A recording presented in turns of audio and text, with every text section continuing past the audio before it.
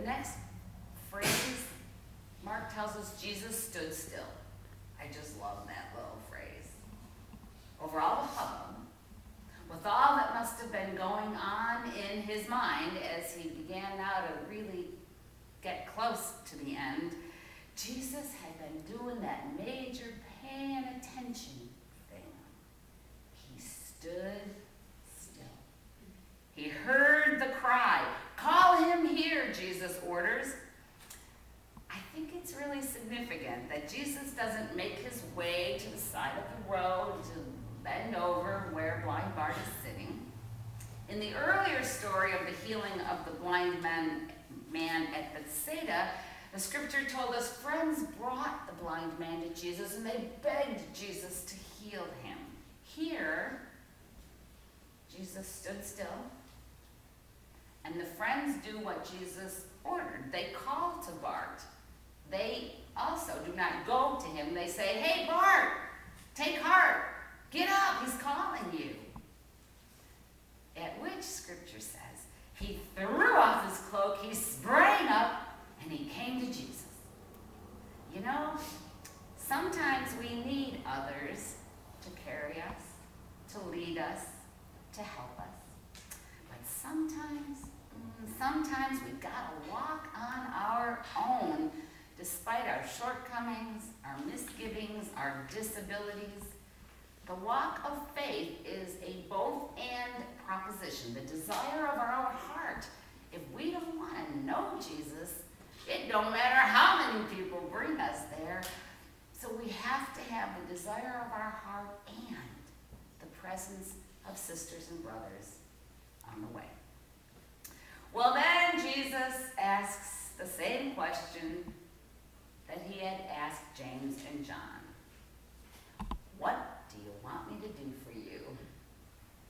And from the margins, this outsider, Bartimaeus, shows James and John what they should have asked for, rather than those seats close to the throne, and how they should have acted. "My teacher," Bart says, "let me see again." Well, here's another curiosity. Again. I just always assumed blind folks in the Bible were blind all the time. Well, maybe he wasn't, because what he asks for is to see again. So had he been able to see at one time?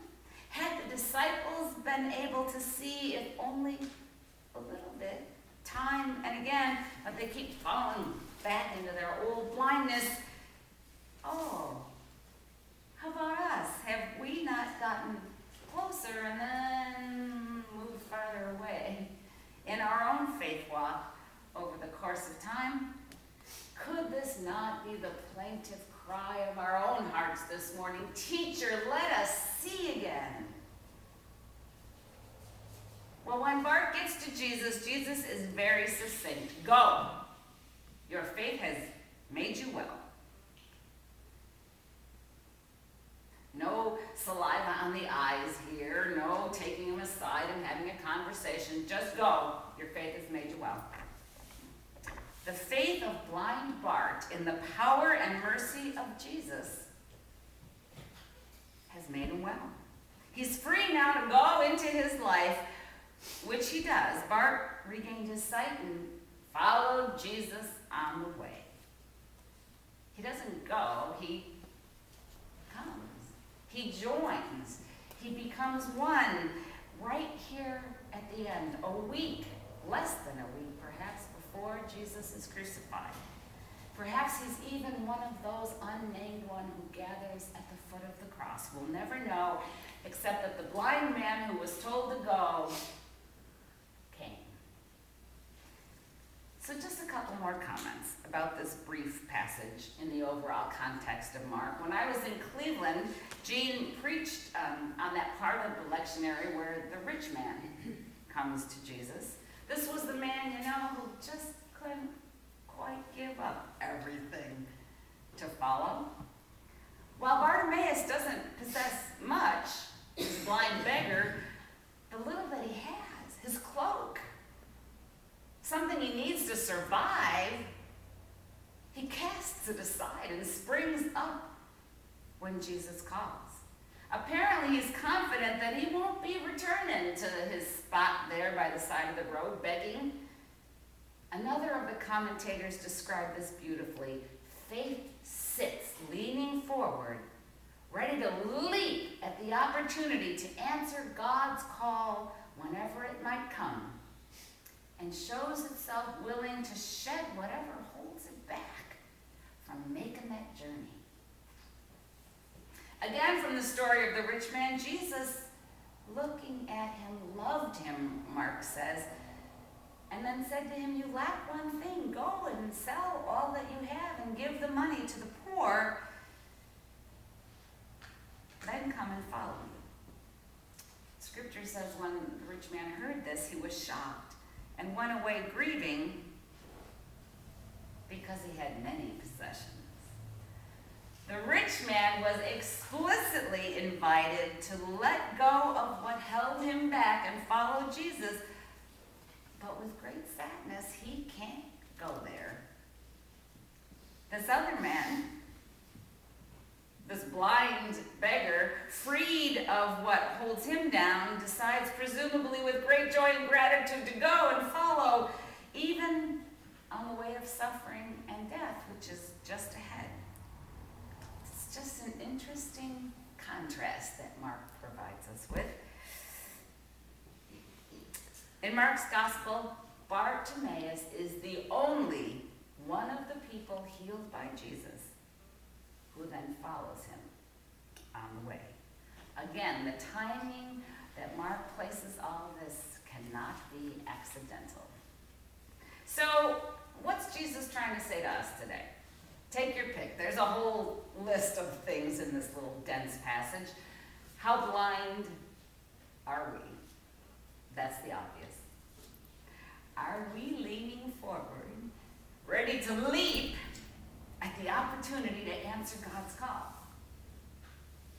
What holds us back from eager willingness to come and follow or to go and witness? What holds us back?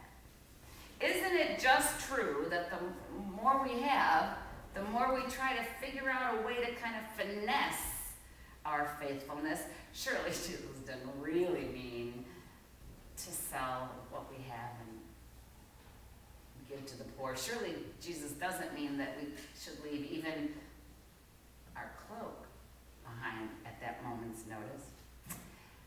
What have we been hearing? The last shall be first. Take up your cross, drink from my cup, welcome the children. In order to be great, be servant. We've heard consistently over these weeks. Mark Twain once said, "You cannot depend on your eyes when your imagination is out of focus." Friends, please, Jesus, spark our imaginations. Help us to dream God's dream.